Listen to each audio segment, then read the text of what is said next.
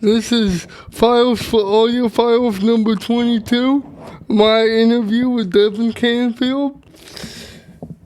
Devin, thanks for doing this and thank you for being here. So I'll just jump right into it. Max and Matadors. If I did my research right, this is one of 3 songs on For the Poor that also show up on your other releases. This being on Delmarva and No Money Son and Old Friend on MH50. What was the thought process behind including these on For the Poor? So I had this riff since high school. Oh, so wow. Almost 10 years old, and I had this riff.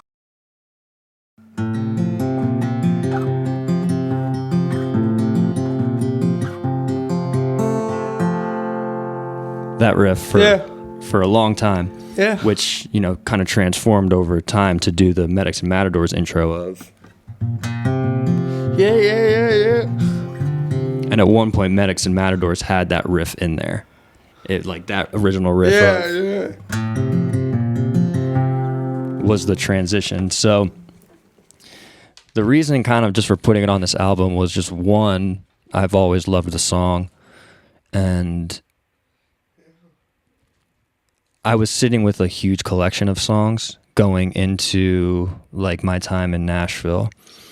I just felt like the meaning of the song to me fit a good introduction to what I kind of wanted to say. It was kind of a reflection on my own self, a culmination of my journey, but also kind of showing where I want to go with music. And I think I picked it because it was one I was willing to share. And there were certain ones that I just wasn't willing to share where I'd say, you know what, I'll hold that off of this record because later down the line, I want to do something with it. So part of it just had to do with feeling comfortable with sharing that one. Yeah.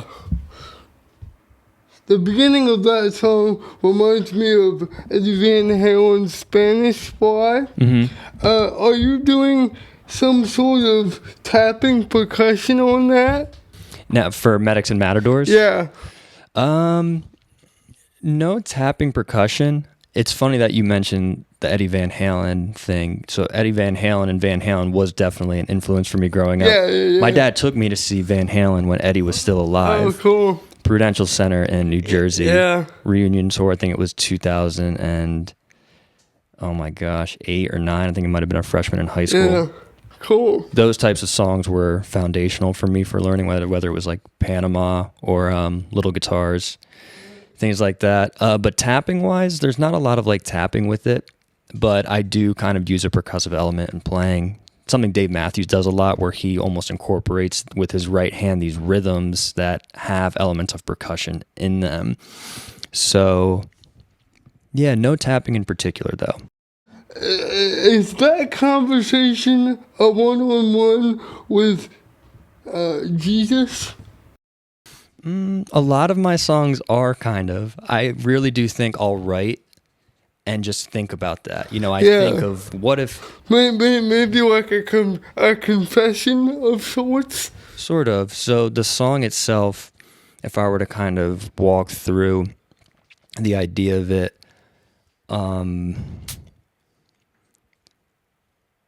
it is kind of thinking about my purpose. Yeah. But using my journey in a purposeful way that the Lord may want to use under his purpose as opposed to my purposes. So it's kind of reflecting on some experiences I had 10 plus years ago with struggles with my own mental health and struggling with finding solutions in that and having to have gone through a phase of trying a lot of different medications and realizing how hard that was to go through. Yeah, I get you. Yeah. But yeah, a confession of sorts, but more so almost like a mission statement, if you will. Is having worship undertones in your music a natural instinct? I don't think it was. So I didn't know what worship music was until I was, I think, 28, 29 years old, maybe. Mm-hmm. So I grew up in the Catholic faith, right? Yeah. Which the music world of Catholicism might be different than contemporary worship music. Yeah. But I did have some exposure over the past couple of years to worship music, and I found a lot of parallels to stuff that I had listened to, which was very interesting, and especially in like their mixing style. So when I discovered worship music and that writing style, I thought of a lot of artists that I liked where I said, man, there's like this cross reference, right? Yeah. Almost like a Venn diagram, and there's a point where they meet in the middle. Yeah. And so I struggled for a while asking kind of the Lord, do you want me to do worship? Because I never even heard of it before. Like, what the heck? Am I supposed to do this or am I not supposed to? Like, what do I do with my music? Kind of not really sure how to approach it. And so I didn't feel pulled to do, say, like worship leading. Which I had some time doing. But I did just find that maybe my personal experience can be reflective in that type of way. Maybe more of like the Psalms of David type of approach. Yeah, totally. So is it natural? It wasn't. But I think it's something that I kind of started to make conscious decisions of saying the mission and goal of my music is to potentially bring the good news to people that may never be exposed to worship music, to church, to, denominational experiences, That's so cool. I appreciate that a lot. And I have a couple reference lyrics here. In that song, you say, in the end of time, the sinners and the liars will see water into wine as they rise up from the water. I look at it from the idea that for most of my life, I looked at the Bible and said it's full of crap. Yeah. And I don't understand it. I don't believe it. I never even read it most of my life. I had an aspect of faith and like a relationship with Jesus, but I never really knew the word, if you will, in that way. Yeah. And then I had kind of an experience where I realized it's just like, again, my mind and eyes kind of like opened up a little bit. And so bringing in that type of subject matter is kind of scary because I think it can maybe make people feel very uncomfortable. But ultimately, I think if I look at it from almost like a piece of art, this beautiful piece of art that we've been given, and what's in there is something that has deep purpose of restoration, redemption, new life that we can experience between each other now without, I don't know. So that last line in particular was to kind of maybe once again culminate what the good news is for us as people. It comes through, and on the confusion with the Bible, that's a common thing with people. I know for me, it certainly has been sometimes. So. Yeah, I think it does for a lot of people, and I think that's kind of where we go back to kind of that. Why I wanted to pick that song first is we should be building bridges of compassion and understanding when people have doubts, confusion. Maybe trying to reflect that, hey, this is not a weapon of destruction. It should be a connecting point for all of us. But I think human beings being struggling and flawed, all of us in different ways, it can get misconstrued, but ultimately I think that it has a great opportunity for having a beautiful purpose in life and even culture today. But it takes a lot of understanding and time, and I think music can be a way to connect to it. Beautiful. I totally think so. I echo your same sentiments, even though I don't play any instruments or anything. I noticed a cool writing technique on back-to-back songs. No Money, Son, and Silver, where you ask similar questions, but in different ways.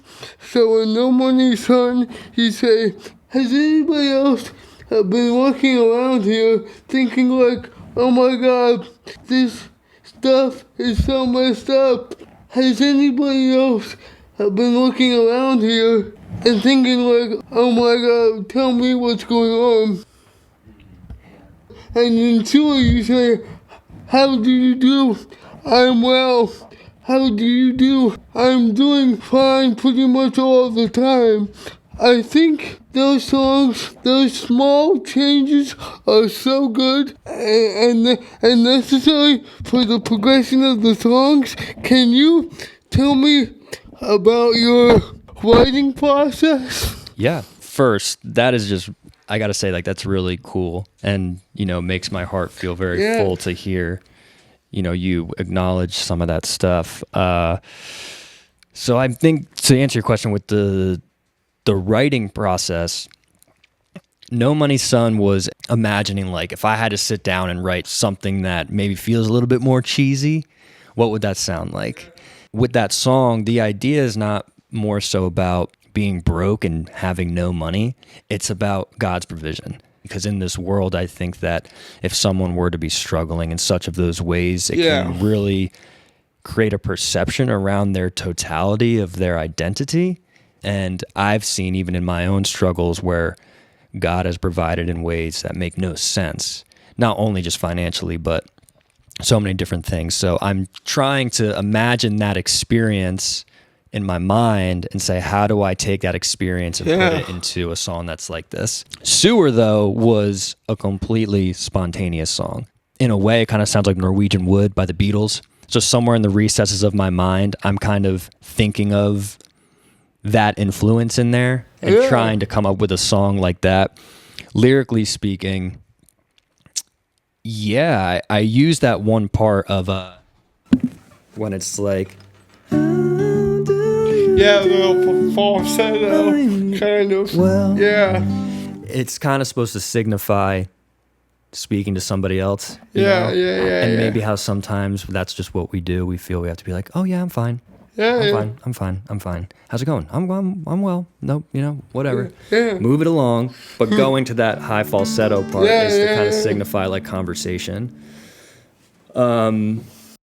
Did that make sense? Does that answer the question? You want to go ahead and play Sewer? Yeah.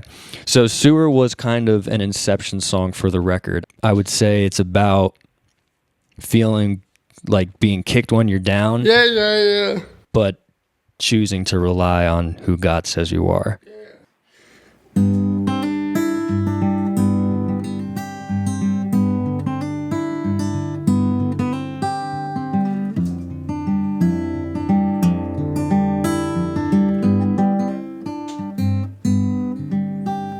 Moved 10 times in 3 years. Took 14 ugly pills. I couldn't stand around any longer. I was so damn broke. People probably thought I was a joke. Chasing a dream, throwing me in the sewer. And how do you do? I'm well.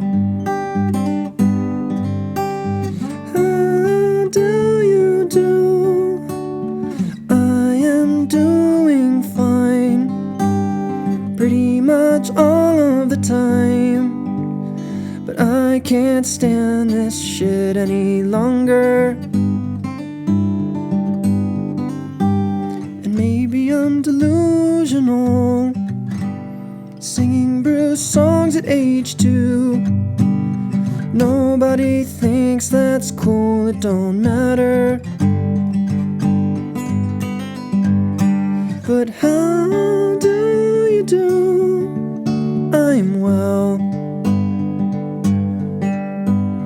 Tell me how you do. Seek first the kingdom of God. Rich men love you in debt.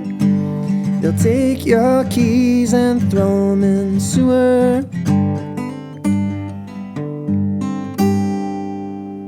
Beautiful. Yeah, it's kind of a song also about like deep insecurity. Yeah. Feeling like Yeah. I'm a very insecure person.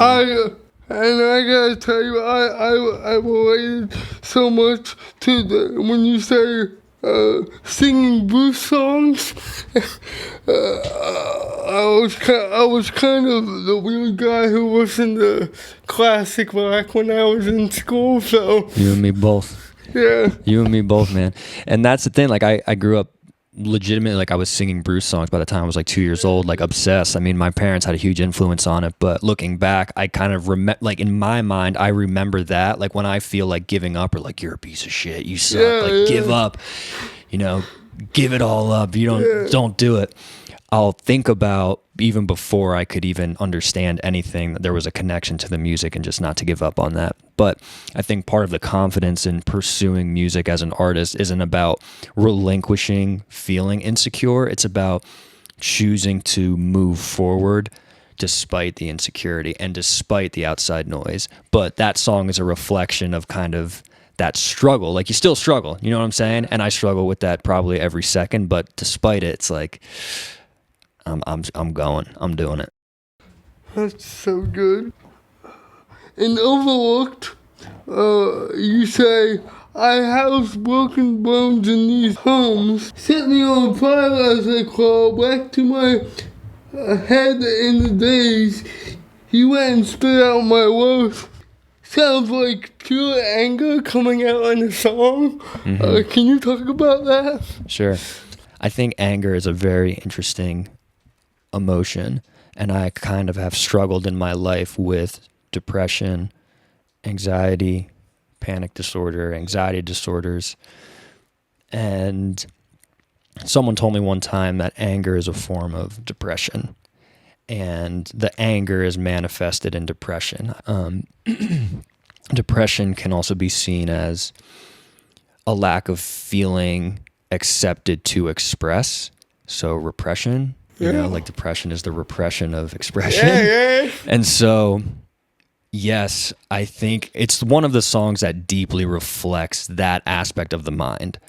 And I think I just kind of leaned into that. I wrote that in 2018, so that's an old song. But I wanted to capture that specific feeling of mental health struggle, specifically maybe even like self-sabotage, what that feels like. Were those deep breaths in sloth intentional? No. The beginning of it, I had done like 15 takes. And by like the 15th take, I was just like, because I just kind of had like, we have the microphone set up here. Because you did it on like at the beginning and at the end of the song, so I didn't know if that was. So it's a lot of words in that song. So in a way, it was not fully intentional, but in the moment, I literally was just like, like I was, and the thing is too, like that's a satirical song, kind of has a Tenacious D influence. So kind of was a little splash of trying to be funny in there. Yeah. But after 15 takes, I was like, oh my gosh. Can you talk about the guitar part in End of the Day, especially the descending lick at 1 minute and 36 seconds? 38 seconds? Yeah, and you do a cool turnaround on that. Yeah, that's what I'm talking about. Do you remember like Rolodex contacts people used to have? I remember my grandma used to have a Rolodex of, it was like a contact, like all the phone contacts were like in this wheel, and you like spin this wheel and it was like alphabetically organized. My brain works that way with music. Like when I'm writing, I'll be like, all right, I want that Sting influence. Let me go look at that card in my mind and see what it says. Oh, let me get that Blink-182 influence. And so that is pulling from Dave Matthews and kind of Blink-182 in a way. Oh, cool. So just like the down strokes of the palm mute, Yeah. and then adding like the. I hear it now, but when I saw Blink-182 on a profile you had made, and I thought that was kind of interesting. I didn't hear that before. Tom DeLonge as a songwriter is a huge influence for me. So guitar-wise, it's just kind of a basic progression, but it has like that punk influence that I grew up with. So I grew up listening to a lot of like pop punk, and even metal too. So like there's kind of that Metallica picking in there, but it's just in a major key, so it sounds happier.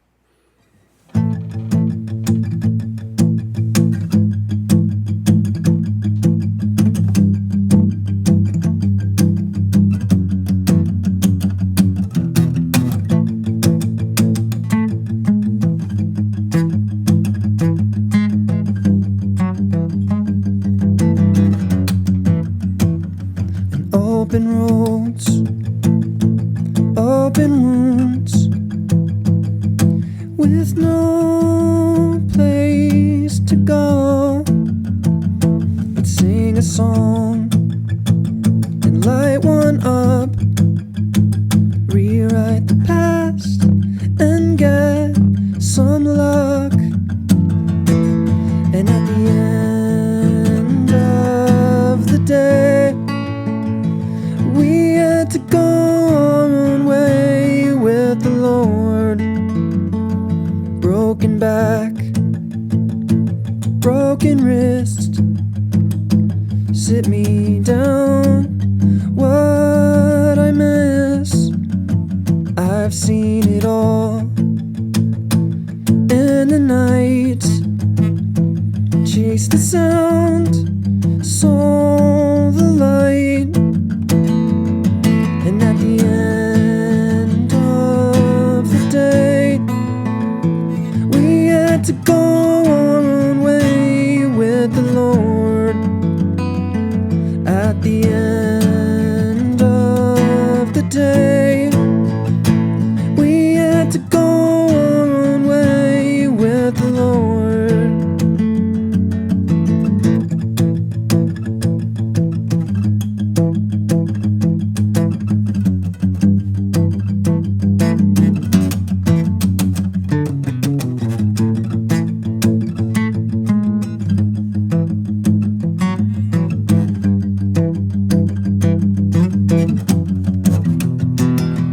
And at the end of the day, we had to go our own way with the Lord.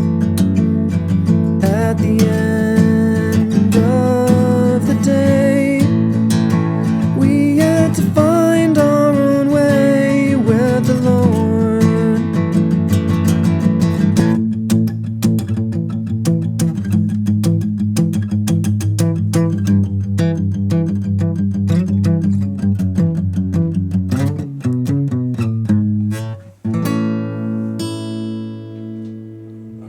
I was talking to my dad when I listened to the album, and I told him that was your best guitar performance on the albums. When Our Time Has Come, I know the climax of the song is when you belt When Our Time Has Come, but I would argue that the line sing these songs forever is just as important. I got the sense that song was somewhere in between satisfaction and frustration. How gratifying was it to write that song? Very. Very. It definitely sounds like it. That was the song that kind of gave me the spiritual push to make the album. Yeah. So the story kind of behind the record was I moved to Nashville to start an independent record label and publishing company. It would host myself and a couple other artists I was working with. And I went to Nashville, like I said, with a lot of original music. But out of all of those originals, I sat with a batch of songs. And I began, in the first 3 months, I wrote an entire record. And it was pre-produced. I did everything that needed to be done to get it ready for the studio. and the album had to get shelved. The opportunities and the path that was laid out for that to come to fruition had been dismantled. So I turned around and just decided to make a new album based on the fact that I quite honestly it was either make an album in my home or not. So at the same night when I wrote Sewer, I had this progression in this Logic session. The Logic session was entitled Nebraska Album, Bruce Springsteen's Nebraska. And I was thinking of like, okay, just these acoustic recordings. And I had this idea after making my first album, right? I'm talking about this first album that I came into Nashville, pre-produced. Yeah. I was like, when I'm done with that record, I'm gonna make a second record, and it's gonna be like Nebraska, but if you smoked a joint, and it had Pink Floyd elements in it, type of thing, right? Yeah. So not just raw acoustic. It was gonna be like a mix of War on Drugs and Nebraska, like the band The War on Drugs, mixed with Paper Kites, maybe mixed with Mac Miller. All these lofty ideas, and didn't happen. So in that session that had Sewer, I was sitting down and I had a track open and I just played that progression.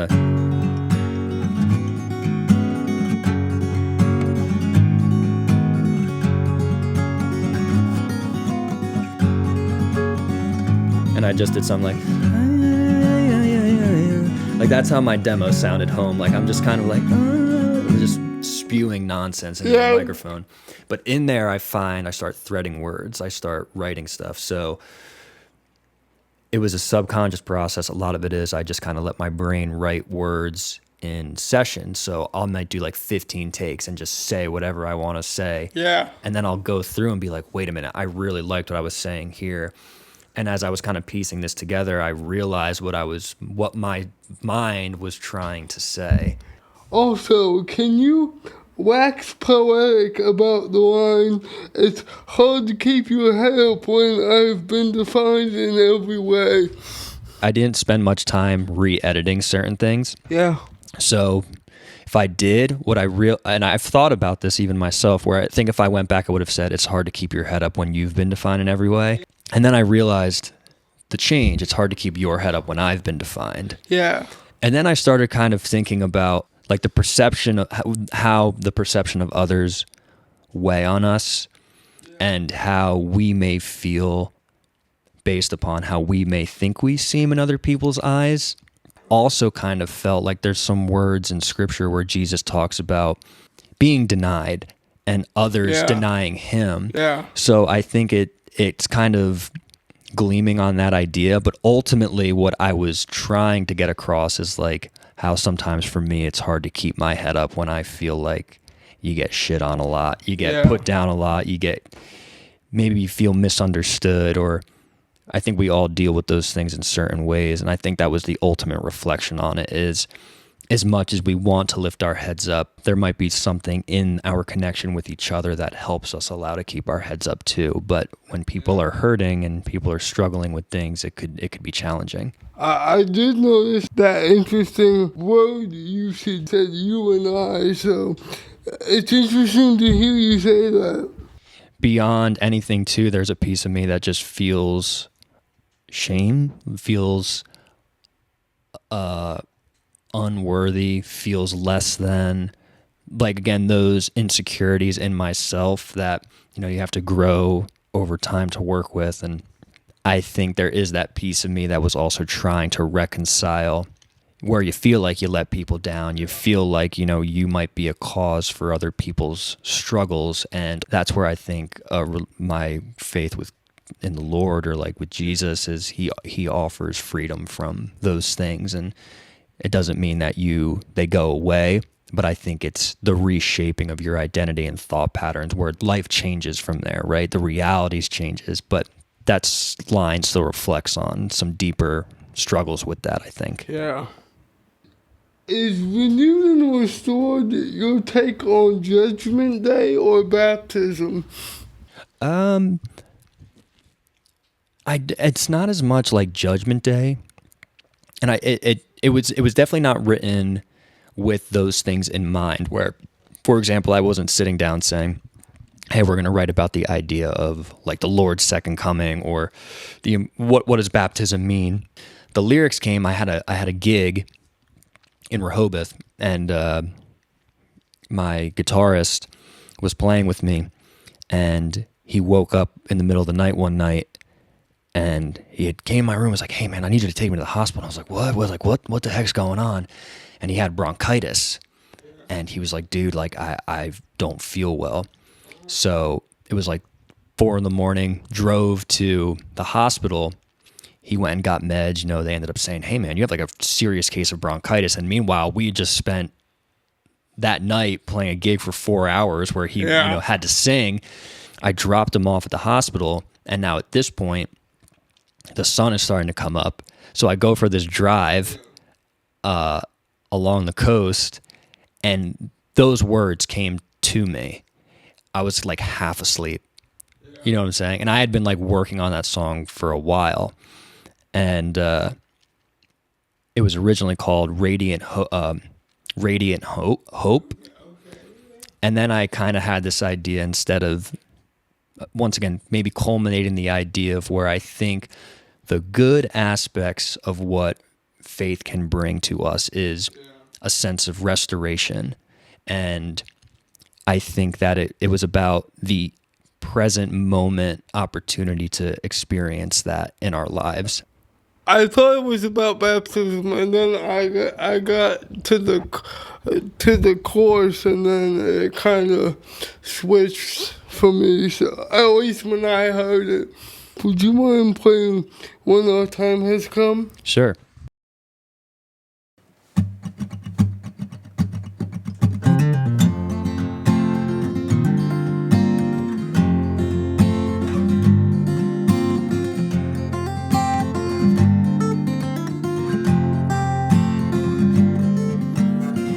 Myself with poison that I'd find sometimes, telling myself I am not playing with fire.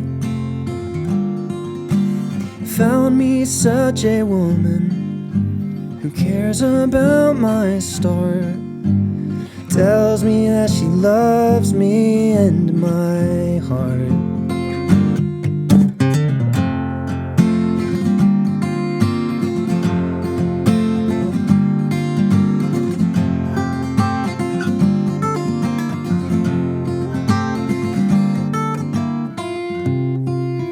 You see, we can be set free.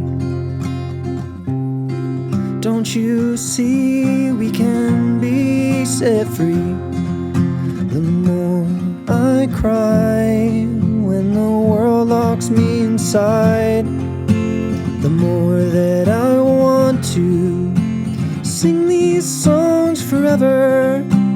We'll look back and sing hallelujah when our time has come.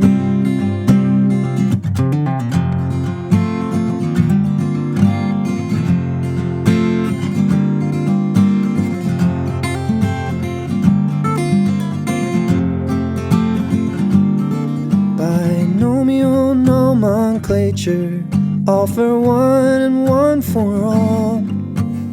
Evil runs the gambit in the hall. What were we expecting with words so dismayed? It's hard to keep your head up when I've been defined in every way.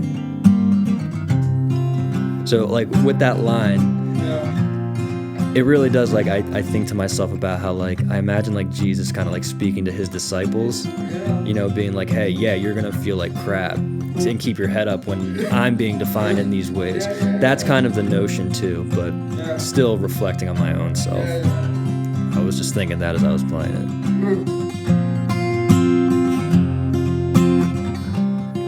Don't you see we can be set free? Don't you see we can be set free? The more I try and the more I get, the more I see that is locked inside the maze of man's creation.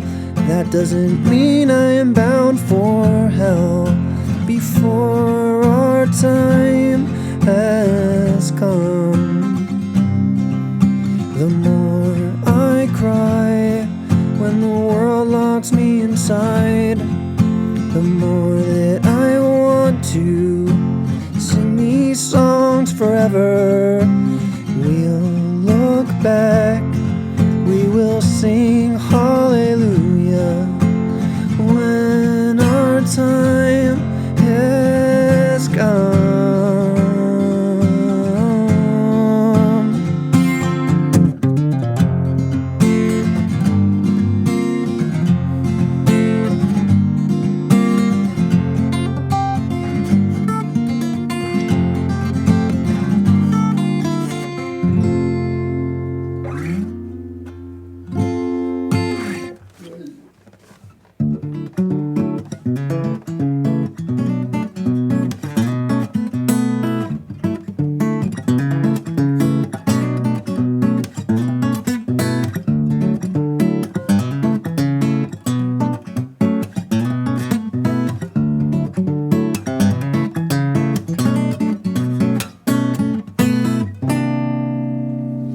Welcome home, kings and queens of the garden. How long were you outside the fence? Your stubborn crimes, insurance is worthless. It's time to arrive at the gates, renewed and restored. Renewed and restored.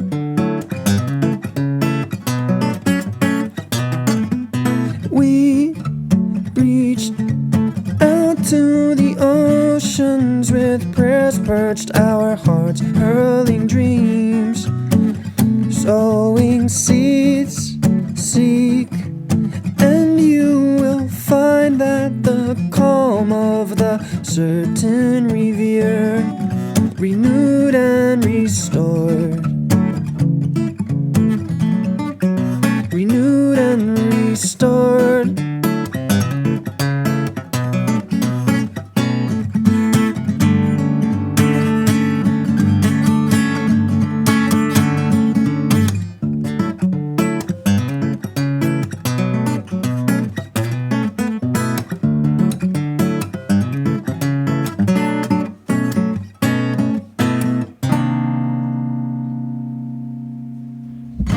So good. Is the Togno Street Crew autobiographical?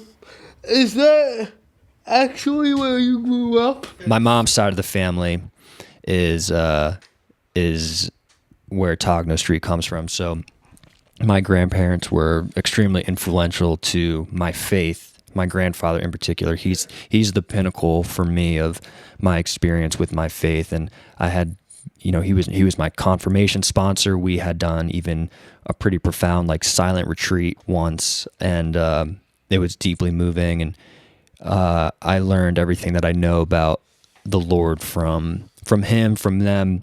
And it was just one of those things where writing that song, I just found that the words Togno Street Crew just fit. And it's more of remembering your youth, remembering where you come from, and how sometimes I just think that in what feels like rat race, grinding culture, or experiencing burnout as a musician, there's moments in my own life where I'm just kind of what the hell? You remember being a kid and how things are just different now, Yeah. And so the song kind of reflects on that moment in oneself where you smack yourself in the face and say, never forget that. Tracks 10, 11, and 12, Synthetic Life, Evidence, and Be Still. I hear a lot of 70s folk era vibes in those songs, what were your inspirations for these? James Taylor, Cat Stevens, Nick Drake, maybe? Yeah. So Nick Drake, I discovered over the past couple of years. One of my dear friends showed me Pink Moon. Yeah. He loved that song. Yeah. Definitely some influence there, especially with Be Still. So open tuning. It is deep baritone tuning. It's like drop A. Okay, yeah. And I have my first ever acoustic guitar I got when I was a teenager. Our house got struck by lightning and I had a Marshall amp. And we had insurance money that basically, because my amp broke from getting struck by lightning in the house. Wow. So instead of getting another amp, I bought an acoustic. Yeah. And I'd spent basically ages 10 through, say, 16, 17. So you started on electric. Everything. I started playing Metallica songs, punk rock, but like metal was the first genre I played. Yeah. Wow. So in terms of like the inspirations for those songs, Be Still is on this Seagull, my first acoustic, and it's a very like deep, warm tone, almost like just very dead sounding. So I use that for the song. That definitely has like a Nick Drake influence. And Evidence is the only song I've ever written where the lyrics came first, ever. And Synthetic Life was just kind of maybe thinking more about the Bob Dylan style of writing. Yeah. So it definitely comes from that. And James Taylor is spiritual. There's something about listening to James Taylor's Greatest Hits Volume 1 that just brings peace to my life, and I listen to it often. One of the greatest albums of all time. Yeah. I want to talk about Old Friend because I noticed two things. The long stretches of just drumming and your voice getting quiet and more fragile as you sang the last couple lyrics. I know that's probably a heavy song for you, so to the extent that you're comfortable with, can you tell me about the recording process for that song? Yeah. Speaking on the recording side, stretches, it was like a stretch of a few days, but when I was demoing out some of the songs, I would record them at night. And so I would sing like super quiet.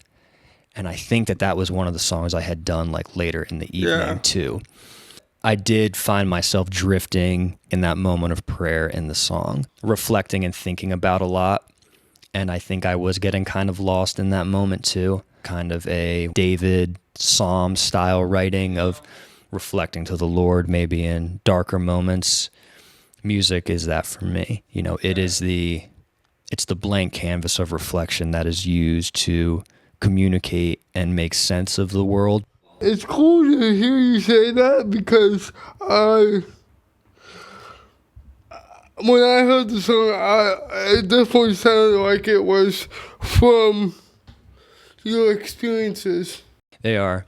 I wrote a record called Burning the Boat. Yeah. And that was after a pretty gnarly separation and breakup that you learn a lot about yourself and others, and it presents certain challenges within yourself of having to grow and, you know, moving on, right? Like, and Old Friend was the song that was in the middle of the record. And it was the only song on that record that didn't reflect the relationship side of things. And it was the moment in the middle of the album where, say, the person in the record was reflecting towards God, reflecting inward.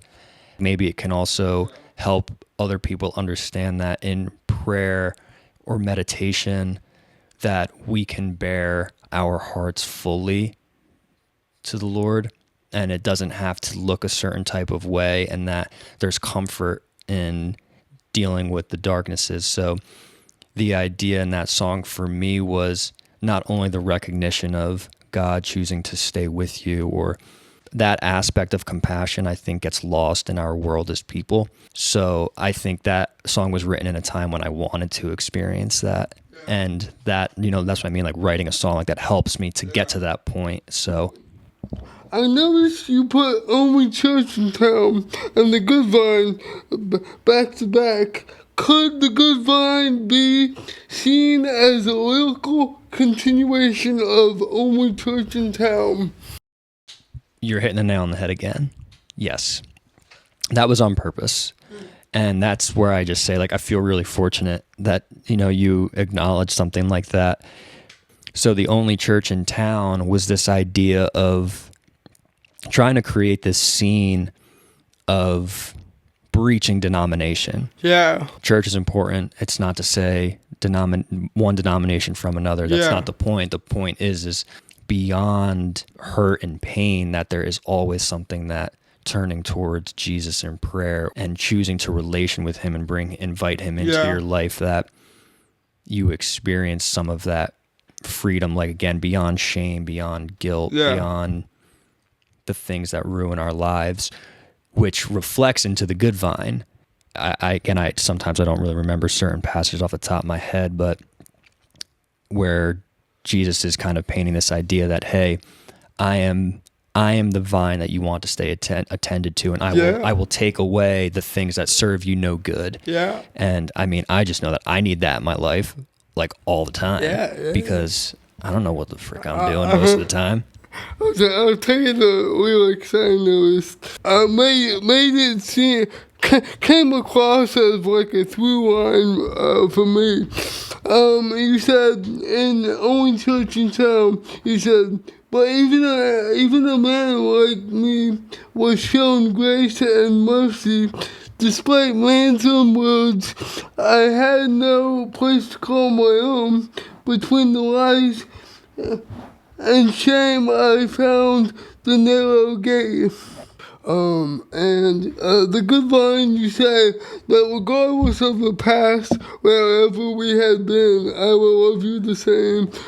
Forgiveness is good, something from the good vine. Clear from what you're saying right now about keeping your focus on Jesus. And to me, when I see Jesus, or say like what he did on the cross, it is the ultimate reflection of mercy, grace, compassion, love, forgiveness that is so uncomprehendable to us as people. But I think we're all trying to fight our own battles, and we can do our best to grow in that compassion, that forgiveness, and we don't always get it right. But I think aiming towards that, even when we mess up, it's almost like it's miraculous what happens from that. Moving along, you said, I think it's in the next song, you said, they are subtle secrets used to reason with feral children whose love is on the line. Inside broken homes with deep confusion, a cumbersome sign of the times. Can you talk more in depth about this lyric in There's a Hurricane Coming? Yeah. We're in one of the most profound technological revolutions in our time. Yeah.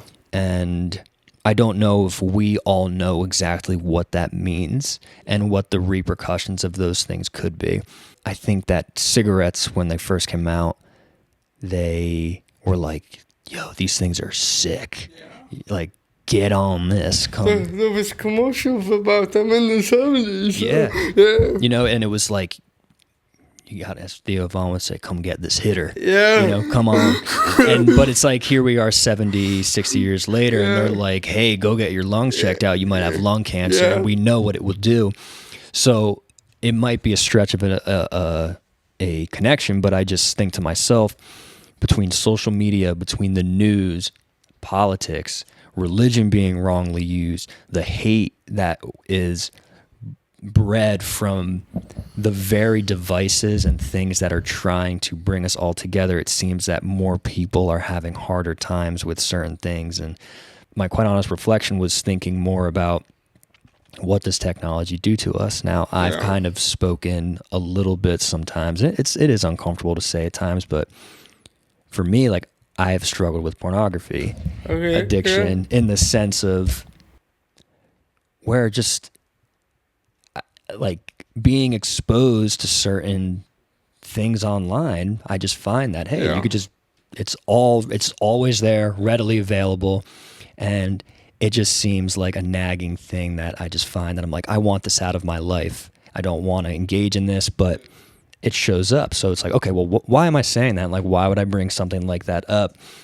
I just think that there's certain things in the platforms that we have that make our susceptible minds attenuate to things that may be beyond our own control. Like, and it's the first time that's ever happened. You know, we're focused so much on what we consume, our jobs, what we save, our material possessions. Yeah. And we're disregarding our hearts for each other. And, you know, I just think that becomes harder and harder the more we have these very flashy, fancy things in front of our faces, and we have anything. And as Bo Burnham said, he has a movie he made called Inside. You have anything and everything all of the time. Yeah. I think that's something I look up to say, man, that's a sign of the times. You know, for the first time we have that happening in our world. It's one of, if not your best lyric on the album. I remember you talking about the homelessness in Nashville, and it seemed like you take some inspiration from that in For the Poor. So when you sang about it in the song For the Poor, the album felt complete. The album is mostly guitar, so what went into you choosing the instruments you did for this slow crescendo? When I was messing with some ideas, it sounded nice. Yeah. I was like, oh, I dig that. Yeah. That sounds pretty cool. Yeah. So I ran with it. A lot of the times it's like a dog where you throw a toy and it goes and runs after it. Sometimes I'm just like, ooh, that sounds nice. Let's try that. Yeah. So it just kind of snowballed from there, but totally 100% Bruce Springsteen influence, specifically Racing in the Street. A lot of it. It's straight pulled from that inspiration. She's fighting off demons, but I am too. That's such a beautiful yet gut-wrenching way to finish that verse. By the way, when did you realize that would be the name of the album? Prior to even making the album, I had this idea of, I had 3 albums. Yeah. The one that I originally started, a second record, which was For the Poor, and then lastly, I had another album. I don't want to say what the names of those were, but this second album was going to be For the Poor. And once again, we had kind of talked yesterday where my fiance and I were reading through the Gospel of Luke when we got to Nashville and the book of Proverbs. Yeah. So when we were reading through those, the way that Jesus talked about caring for the poor, handling the relationship for the poor, but how we should interact with each other. It just seems so counterintuitive and different to how we function as people today. I knew that the acoustic record was going to be called For the Poor. The song itself happened by, I had that progression, something I was just noodling with while I was there, just kind of messing around, kept playing it over and over. And then driving around Nashville one day, I started seeing these crazy contrasts of situations, and it was eating me alive. So I started writing a bunch of lyrics. Yeah. And then I thought to myself, oh, well, what if I'm going to go try and put those lyrics onto that piano song. And then the idea started coming where I was like, what if I close it with calling it For the Poor? And that's kind of how that unfolded. Beautiful. Is there anything we didn't discuss today about For the Poor that you would like to shed some light on? This album, hopefully, more so is just shown as a demonstration of songwriting and almost like a snowball that hopefully will start rolling downhill and, growing into more records. And I think that just the mission behind what I feel like the music is just to try to shed a different perspective on some aspects of faith. Yeah. Maybe an invitation to, hey, who is Jesus? What does that even mean? And what does that look like in someone's life? And who is out there to relate with these songs? But I think you've asked some amazing questions today, and I'm really thankful. If you want, I was going to say I could play a song from the deluxe version that I haven't released yet. Totally. I was going to ask you if you wanted to finish it out with the song. So yeah, I'll try and play. It's called In Autumn. This was one of those like songs in contrast that has more of an uplifting side of it to it. Still has the reflection on the dark, but maybe pulls more towards the light. So this is called In Autumn.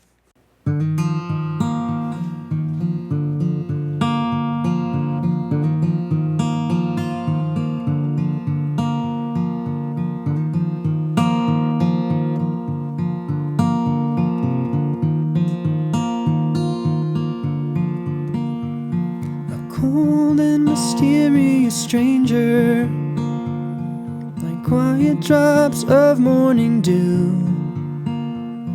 I was told to love you just like a neighbor, but you sat there dim, lonely and blue. But the cold rain died, the sun grew big,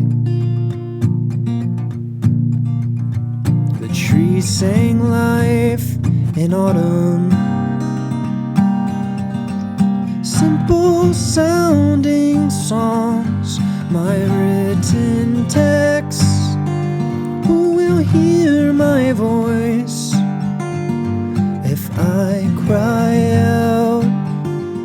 I was praying for a glorious day, but I forgot what to say. But here I am.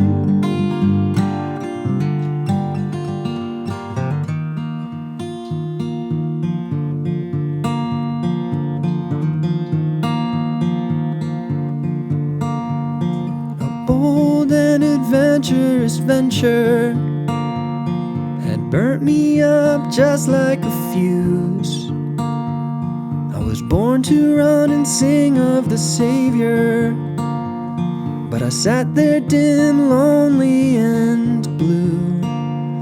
But the old pain died, the love grew big, and we sang life in autumn. Simple sounding songs, my written texts. Will you hear my voice if I cry out? I was praying for a glorious day, and I'd forgot what to say. So here I am.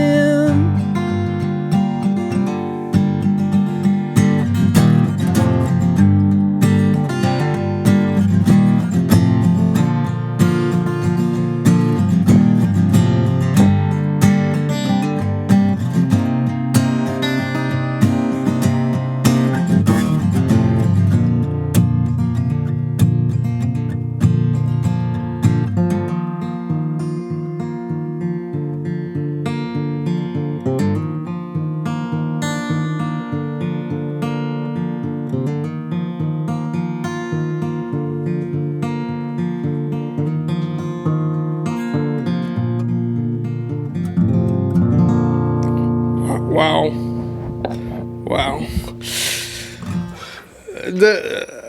Devin, I just want to thank you for sitting down with me today. What you're doing is quite incredible. And Same to you, man. Thank you. It's incredible to hear your vulnerability in the music that you write. So, yeah.